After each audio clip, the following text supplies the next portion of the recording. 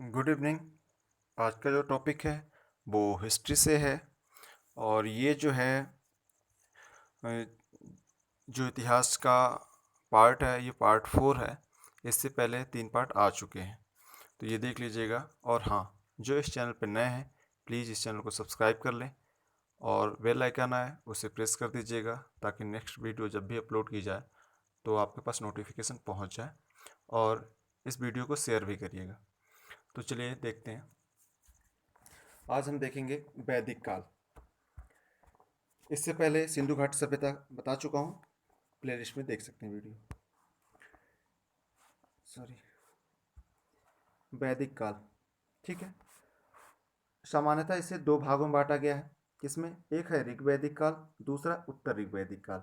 ऋग्वैदिक काल का जो काल है वो 1500 से 1000 ईसा पूर्व, और उत्तर ऋग्वैदिक का काल जो है वो 1000 से 600 ईसा पूर्व। अब ये ईसा पूर्व क्या है, तो ये समझ लीजिए कि आप ईसा मसीह के जन्म के, ये मान लीजिए ईसा मसीह के जन्म की लाइन है। ईसा मसीह के जन्म से जो पहले घटनाएं हुई हैं उसको ईसा पूर्व बोलेंगे, और ईसा मसीह के बाद की जो घटनाएं हुई है उसको ईसवी बोलेंगे। तो ये जो है देख रहे हैं, तो यहाँ पास ऋग्वैदिक काल जो है 1500 से 1000 ईसा पूर्व, मतलब ईसा मसीह के जन्म से 1500 1500 वर्ष पहले की बात है ये ऋग्वैदिक काल। तो ये समझ लीजिएगा। आगे पहला है आर्यों द्वारा निर्मित सभ्यता वैदिक सभ्यता कहलाई, और यह एक ग्रामीण सभ्यता थी। तो वैदिक सभ्यता कैसी थी? शहरी, ग्रामीण, दोनों, इनमें से कोई नहीं, तो आप टिक करेंगे ग्रामीण सभ्यता। इससे पहले जो है, जो मैं आपको सिंधु घाटी सभ्यता बताया था, उस समय जो सिंधु घाटी सभ्यता थी वो कैसी थी? तो नगरी सभ्यता या फिर शहरी सभ्यता थी, ये बताया था। आगे आर्यों का मूल निवास। आर्य मत ये आर्य जो है ये व्यक्ति हैं।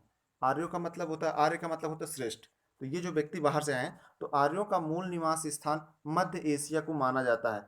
मध्य एशिया को माना जाता है आर्यों का मूल निवास स्थान। जो ये जो आर्य जो है भारत में आए हैं वो उनका जो वो कहाँ से आए? तो मध्य एशिया से। ये किसने कहा है? तो ये ध्यान रखना, मैक्स मूलर ने कहा था मध्य एशिया से ये आए थे। तो आगे उन्होंने खैबर दर्रे हिंदू कुश पर्वत में स्थित है।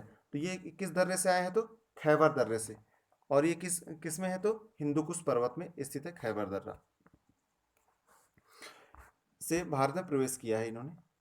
आर्य सर्वप्रथम पंजाब और अफगानिस्तान में बसे हैं, अर्थात वे सर्वप्रथम सप्त सिंधु प्रदेश में बसे हैं। सप्त सिंधु प्रदेश में बसे थे, ये ध्यान रखे रहना। दो जो सिंधु प्रदेश है अब वर्तमान में देखा जाए तो पाकिस्तान के तरफ चला गया है वो। आगे ईरान धार्मिक ग्रंथ जिंद अवेस्ता से स्पष्ट होता है कि आर्य ईरान के रास्ते भारत आए थे।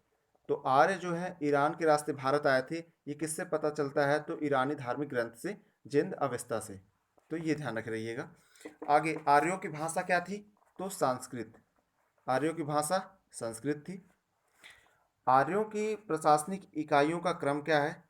तो आपको दिख रहा है कुल, कुल के बाद ग्राम, ग्राम के बाद विश्व, विश्व के बाद जन, जन के बाद राष्ट्र। तो ये पहले छोटा हो गया कुल। कुल जो है ये एक परिवार को कुल कहते थे, परिवार कुल।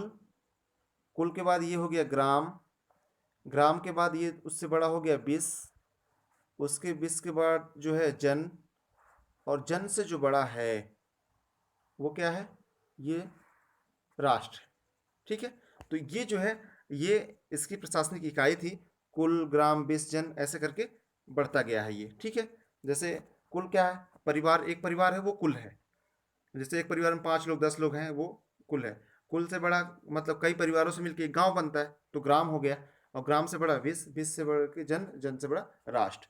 तो जन को हम समझ सकते हैं राज्य जो है वो, राष्ट्र का मतलब जो भारत जैसे राष्ट्र, ये ध्यान रखिएगा आगे। तो इसमें बटी थी। आगे राज्याधिकारी पुरोहित तथा सेनानी और ग्रामीणी थे। तो जो राज्य के अधिकारी हुआ करते थे वो पुरोहित, सेनानी और ग्रामीणी। तो ग्राम के मुखिया कौन होता था? ग्रामीणी। जैसे होते हैं ना कि गांव का मुखिया सरपंच बोलते हैं, वैसे गांव का मुखिया उस समय ग्रामीणी कहलाता था।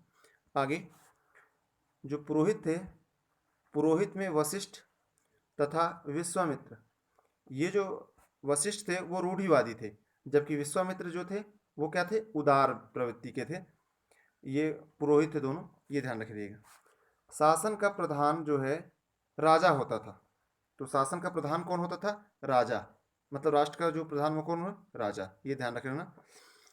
आर्यों का समाज जो है वो पितृ सत्तात्मक था।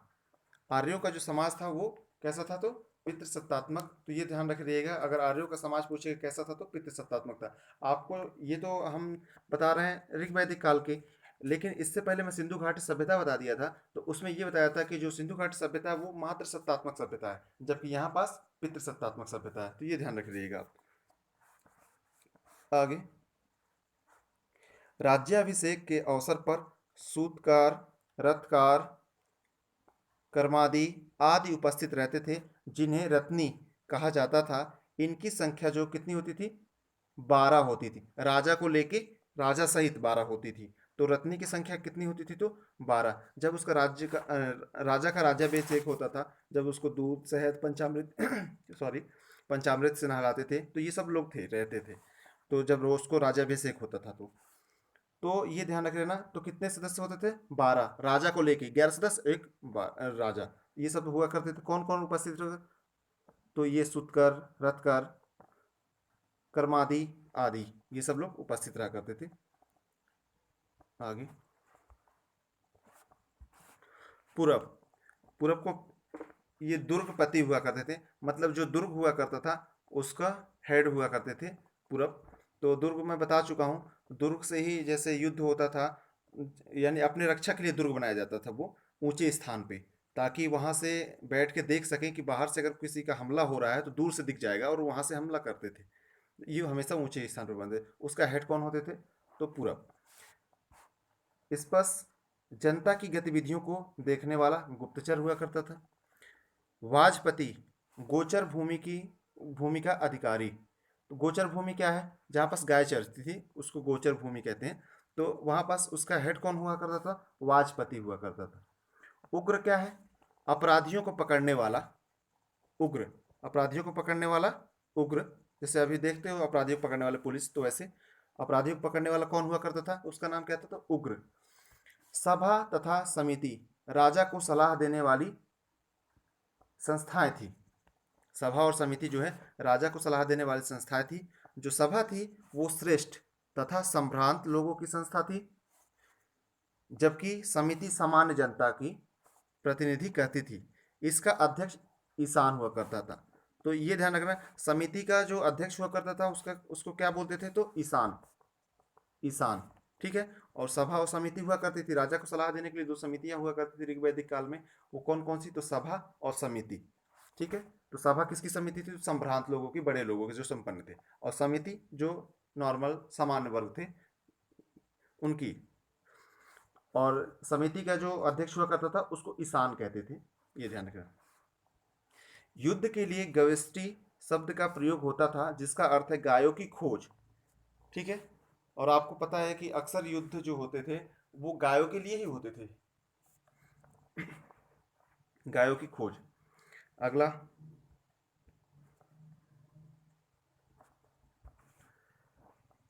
इस काल में स्त्रियों का विवाह संबंधी स्वतंत्रता प्राप्त थी। उन्हें शिक्षा पाने तथा राजनीतिक संस्थाओं में हिस्सा लेने का अधिकार था। तो राजनीतिक जो संस्थाएं थी उसमें ये हिस्सा लेती थी, सभा समिति में हिस्सा ले, क्योंकि राजनीतिक संस्थाएं सभा समिति, उसमें ये हिस्सा लेती थी, ये ध्यान रखना। और इस काल की कुछ विदुषी महिलाएं, विदुषी मतलब ज्ञानी महिलाएं, विदुषी स्त्रियां थीं, जैसे अपाला, सिकता, विश्वधरा, लोपामुद्रा, घोषा आदि। ये सब क्या है, विदुषी महिलाएं हैं, मतलब ज्ञानी महिलाएं। इससे पता चलता है कि उस समय जो महिलाओं की स्थिति जो है वो ठीक थी। इससे ये पता चलता है कि हाँ वो पढ़ी लिखी महिलाएं हुआ करती थी, इसी से। आगे, सॉरी, जीवन भर अविवाहित रहने वाली स्त्रियों को अमाजु कहा जाता है। तो क्वेश्चन आता है कि जो ऋग्वैदिक काल में जीवन भर अविवाहित रहने वाली स्त्रियों को किस नाम से जाना जाता था, तो अमाजु, अमाजु। अगला, इस काल में बाल विवाह तथा पर्दा प्रथा का उल्लेख नहीं मिलता है। बाल विवाह तथा पर्दा प्रथा का उल्लेख नहीं मिलता है। साधारणतः परिवार में एक पत्नी विवाह ही प्रचलित था, लेकिन कुलीन परिवारों में बहुपत्नी विवाह भी प्रचलित रहा। बहुपत्नी मतलब बहुत सारी पत्नियां रख सकते थे, वो लोग रखते थे, मतलब जो रईस है। वैसे एक पत्नी प्रथा थी, ये ध्यान रख लेना। आगे, अंतरजातीय विवाह होते थे, इंटरकास्ट मैरिज होते थे। महिलाओं को संपत्ति संबंधी अधिकार प्राप्त नहीं थे, मतलब महिलाओं को हिस्सा संपत्ति में नहीं दिया जाता था, ये ध्यान रख लेना है। किसमें? ऋग्वैदिक काल। आर्यों का सामाजिक जीवन 4 वर्णों में विभक्त था, जिसका आधार कर्म था। जिसका आधार क्या था? कर्म था। और आप देखे होंगे कि सिंधु घाटी सभ्यता में जो है, वो भी जो है वो कर्म पे ही आधारित हुआ करता था। वो भी कर्म कम वो भी जो है वो किस में आधारित हुआ करता था? कर्म पे ही आधारित हुआ था। आप देखोगे कि जब ये जो है आगे धीरे धीरे जब आएंगे हम उत्तर ऋग्वैदिक काल में, तो उस समय जो है जो वर्ग विभाजन होगा वो देखा जाएगा, तो जन्म के आधार पे, कि अगर कोई ब्राह्मण के घर में जन्म लिया है तो ब्राह्मण ही कहलाएगा, चाहे वो अनपढ़ ही हो। ठीक है, वो अपना वर्ग चेंज नहीं कर सकता। जबकि सिंधु घाटी सभ्यता में ऐसा था कि अगर वो अपनी योग्यता के माध्यम से वो चेंज कर सकता था। अगर कोई क्षत्रिय है, अगर वो पढ़ने में पारंगत है कि वो पढ़ा सकता है, वो क्या, क्योंकि जो जो ब्राह्मणों का काम हुआ करता था वो पढ़ाना था। तो अगर क्षत्रिय पढ़ा सकते थे तो वो क्या होते थे? वो ब्राह्मण भी बन सकते थे। लेकिन धीरे धीरे आते आते आते जो है वो किस पे आधारित हो गया? वो देखा जाए तो जन्म वो आते आते धीरे धीरे किस पे हो जाएगा? तो वो देखा जाएगा तो जन्म मूलक हो जाएगा। अभी जो है किस पे? कर्म मूलक है। आर्यों का मुख्य व्यवसाय क्या था? पशुपालन था। पशुपालन तथा कृषि था। ऋग्वेद के 10वें मंडल के पुरुष सूक्त में 4 वर्णों का उल्लेख है: ब्राह्मण, क्षत्रिय, वैश्य, शूद्र।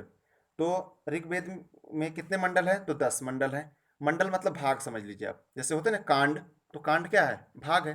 तो वही मंडल कितने हैं ऋग्वेद में? 10 मंडल। 10 मंडल मतलब भाग समझ लीजिए आप। और इसमें जो पुरुष सूक्त में 4 वर्णों का उल्लेख है: ब्राह्मण, क्षत्रिय, वैश्य, शूद्र। ब्राह्मण, क्षत्रिय, शूद्र, वैश्य। और ये जो है ब्राह्मण, क्षत्रिय, वैश्य, इन तीनों की सेवाएं कौन करता था? शूद्र। ठीक है, ध्यान रख लेना।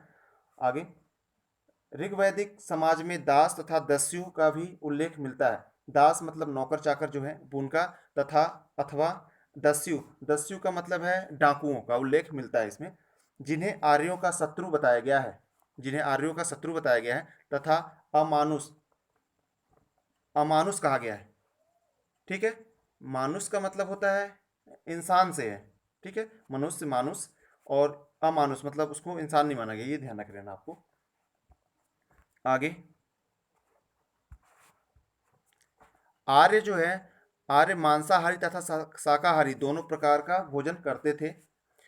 उनका मुख्य पेय जो है वो क्या होता था? सोमरस। ये ध्यान रखना। स्त्री तथा पुरुष दोनों आभूषण पहनते थे। स्त्री तथा जो पुरुष है वो क्या पहनते थे? दोनों आभूषण पहनते थे। अब जो देखते हैं आगे, वो ऋग्वैदिक कालीन देवता के बारे में हम देख लेते हैं।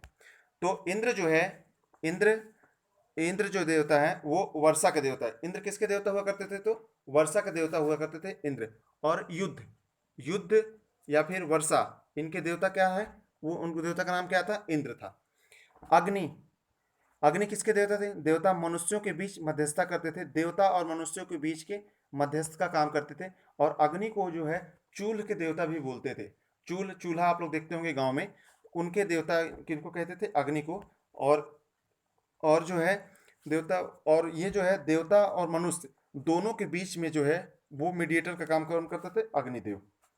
आगे, वरुण, पृथ्वी कौमा सूर्य का निर्माता कौमा समुद्र का देवता कौमा सत्य का प्रतीक कौमा विश्व नियामक शासक, ये सबके जो है ये देवता कौन है? वरुण। अब संसार का रक्षक किसको माना गया था? विष्णु। मरुत आंधी तूफान के देवता थे। उषा प्रगति व उत्थान की देवी। ध आकाश का देवता। पूषण पशुओं का देवता।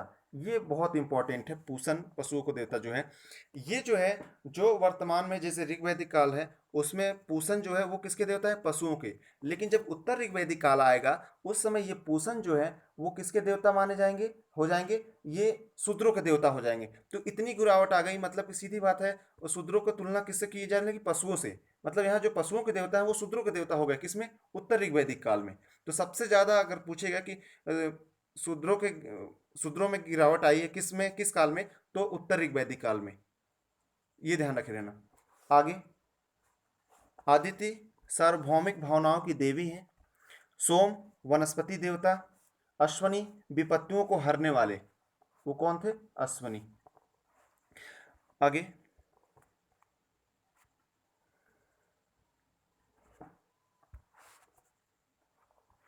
नोट में लिखा है ऋग वैदिक काल में जहां इंद्र आर्यों के प्रमुख देवता थे, वहीं उत्तर वैदिक काल में इंद्र का स्थान प्रजापति ने ले लिया था। ठीक है, कब? उत्तर ऋग वैदिक काल में। अब हम आ जाते हैं उत्तर वैदिक काल। ठीक है, उत्तर वैदिक काल या फिर उत्तर ऋग वैदिक काल भी बोलेंगे तो गलत नहीं होगा ये। तो उत्तर वैदिक काल मैं आपको बता चुका हूँ ऊपर में कि वैदिक काल कब से चल रहा है, मतलब ऋग वैदिक काल 1000 से, सॉरी 1500 से 1000 ईसा पूर्व। अभी जो उत्तर ऋग्वैदिक काल है इसका काल कब से है? तो 1000 से 600 ईसा पूर्व। तो हम यहाँ से उत्तर ऋग्वैदिक काल चालू कर रहे हैं, उत्तर वैदिक काल या फिर उत्तर ऋग्वैदिक काल बोल सकते हैं। यहाँ से उत्तर वैदिक काल में आर्य सभ्यता पंजाब से कुरुक्षेत्र अर्थात गंगा यमुना दोआब तक फैल गई थी। ये जो है फैल गई थी।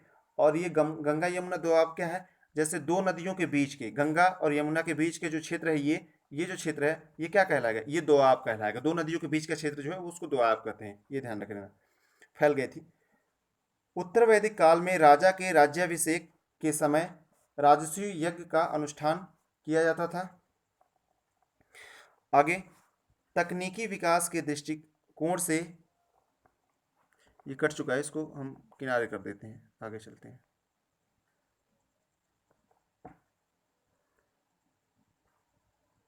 हम यहाँ से पढ़ेंगे आगे। उत्तर वैदिक काल आते आते पंचजनों को पंचजनों का लोप हो गया तथा उसका स्थान विशाल राज्यों ने ले लिया। आगे, उत्तर वैदिक काल से संबंधित जानकारी हमें सामवेद, यजुर्वेद, अथर्ववेद, ब्राह्मण ग्रंथ, अरण्यक, उपनिषद से मिलते हैं। तो देखा जाए तो उत्तर वैदिक काल का हमें जो ज्ञान है वो कहाँ से मिलता है? सामवेद से मिलता है। आपको पता है वेदों की संख्या कितनी है? तो 4 है। तो ऋग्वेद, सामवेद, यजुर्वेद और अथर्ववेद, तो इनकी जो है जानकारी कहाँ से मिलती है उत्तर वैदिक काल की? सामवेद, यजुर्वेद, अथर्ववेद, ब्राह्मण ग्रंथ, अरण्यक। अरण्यक अरण्यकों की जो रचना हुई है वो जंगल में हुई है। अरण्यक मतलब जंगल ही होता है। तथा उपनिषदों में मिलती है। ये ध्यान रखिएगा। तो इनकी जानकारी यहाँ से मिल जाती है। अगला, इस काल में पंजाब से आगे गंगा यमुना दोआब के अंतर्गत संपूर्ण पश्चिमी उत्तर प्रदेश में आर्यों का विस्तार हो गया था। तो ये ध्यान रखना। कुरु और पांचालों ने अपनी सत्ता का विस्तार दिल्ली और दोआब के ऊपरी व मध्य हिस्से तक किया था। ये दो राज्य हैं, कुरु और पांचाल। तथा हस्तिनापुर, हस्तिनापुर का मेरठ को अपनी राजधानी बनाया। ये ध्यान रखिएगा। उत्तर वैदिक काल में पहली बार राजत्व की अवधारणा आई तथा सभा और समिति जैसी परिषदें अधिकार विहीन हो गईं। मतलब इनको तवज्जो उतना नहीं मिला जितना वहाँ था। किसने? वैदिक काल में। आगे, राजसूय यज्ञ एवं अश्वमेध यज्ञ तथा वाजपेयी यज्ञ के माध्यम से राजा की शक्ति और महिमा बढ़ी। ठीक है, आगे, राजसूय यज्ञ, अश्वमेध यज्ञ तथा वाजपेयी यज्ञ के माध्यम से राजा की शक्ति और महिमा बढ़ी। ये चीज जो कट गई थी वो यहाँ पास भी रिपीट हो गई है, तो ये ध्यान रख लेना। आगे, इस युग में औपचारिक ढंग से करों का संग्रह होने लगा था। किसके संग्रह व संचालन के लिए संग्रहित नामक अधिकारी होता था। मतलब करों को जो एकत्रित करता था उसका नाम क्या था? संग्रहित नामक अधिकारी। ये ध्यान रखिएगा। इस काल में समाज पितृ सत्तात्मक बना रहा, लेकिन महिलाओं की स्थिति में तुलनात्मक रूप से गिरावट आ गई। मतलब जो महिलाओं की स्थिति जो सिंधु घाटी सभ्यता में थी, ऋग वैदिक काल में थी, वो स्थिति उत्तर ऋग वैदिक काल में नहीं थी। उनके उनमें जो है गिरावट आई है। तो ये ध्यान रखे रहना है आगे, उनकी स्थिति में गिरावट आई है। इस काल में गोत्र प्रथा प्रतिष्ठित हुई तथा एक गोत्र में विवाह निषिद्ध कर दिया गया। एक गोत्र में विवाह निषिद्ध कर दिया गया। आगे, इस काल में यद्यपि जातिगत स्पष्टीकरण कायम होने लगा था, किंतु अस्पृश्यता की भावना अस्तित्व में नहीं आई थी। तो ये जो है अस्पृश्यता, अस्पृश्यता का मतलब होता है छुआछूत, अनटचेबिलिटी। तो ये जो है छुआछूत की भावना नहीं आई थी। लेकिन देखिए, जो ये जो चल रहा है सिंधु घाटी, सॉरी, जो उत्तर ऋग वैदिक काल 1600 ईसा पूर्व, तो इस समय जो है शूद्रों के साथ जो छुआछूत नहीं, आखिरी समय में हुआ। मतलब 1600 ईसा पूर्व, तो स्टार्टिंग में तो दिक्कत नहीं हो रही थी, लेकिन आते आते जो है 600 ईसा पूर्व आते आते जो है इनकी स्थिति बहुत दयनीय हो गई थी। बहुत गिरावट आया इनमें, छुआछूत, जातिवाद, ये सारी चीज़ें होने लगी थी। तभी तो इसी के बाद तो जैन धर्म और बौद्ध धर्म अस्तित्व आए, क्योंकि जो सनातन धर्म में जो बुराइयां थी उन्हीं का जो इन्होंने माध्यम बनाया, और दूसरे धर्म को स्थापना कर दिया।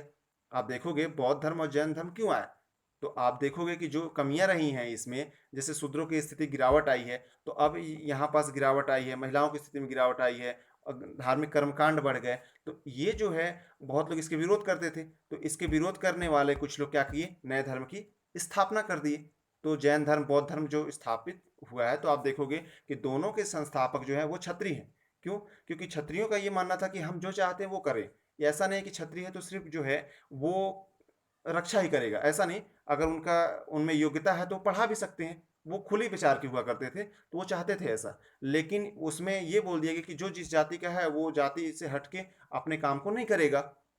तो नहीं करेगा काम, तो इससे वो लोग नाराज हो गए, और नाराज हो गए तो ऐसा धर्म स्थापित किए जिसमें सब कुछ जो चाहे वो कर सकते हो। मतलब आपकी, मतलब अच्छे काम, ये नहीं कि बुरे काम, जो चाहो वो वैसे कर सकते हो। तभी तो जाके बौद्ध धर्म और जैन धर्म आगे आए, मतलब स्थापना की गई। और दोनों को देखोगे आप, दोनों धर्मों के संस्थापक तो क्षत्रिय ही थे। तो आगे चलते हैं अब। तो ये ध्यान रखे रहना, उनमें आखिरी समय में ऐसे प्रस्ताव हुई है। इस काल में कृषि मुख्य पेशा बन गया। कृषि जो था वो मुख्य पेशा बन गया था, जिसे लोहे के प्रयोग ने प्रोत्साहित किया था। लोहे को श्याम कहा गया है। शतपथ ब्राह्मण में हल संबंधी अनुष्ठान का वर्णन आया है। संभवतः लकड़ी के हल ही अधिक प्रचलित थे। संभवतः लकड़ी के हल ही अधिक प्रचलित थे। ठीक है, तो ये ध्यान रखे रहना है। जो आप देखोगे नीचे लिखा है, वैदिक लोग जौ के साथ साथ गेहूं और चावल भी उपजाने लगे थे। चावल को ब्रीही भी कहते थे। चावल को ब्रीही, ये ध्यान रखना, यहाँ पास लिखा होगा आखिरी में, चावल को ब्रीही भी कहते थे। तो इस वीडियो में सिर्फ इतना ही। धन्यवाद।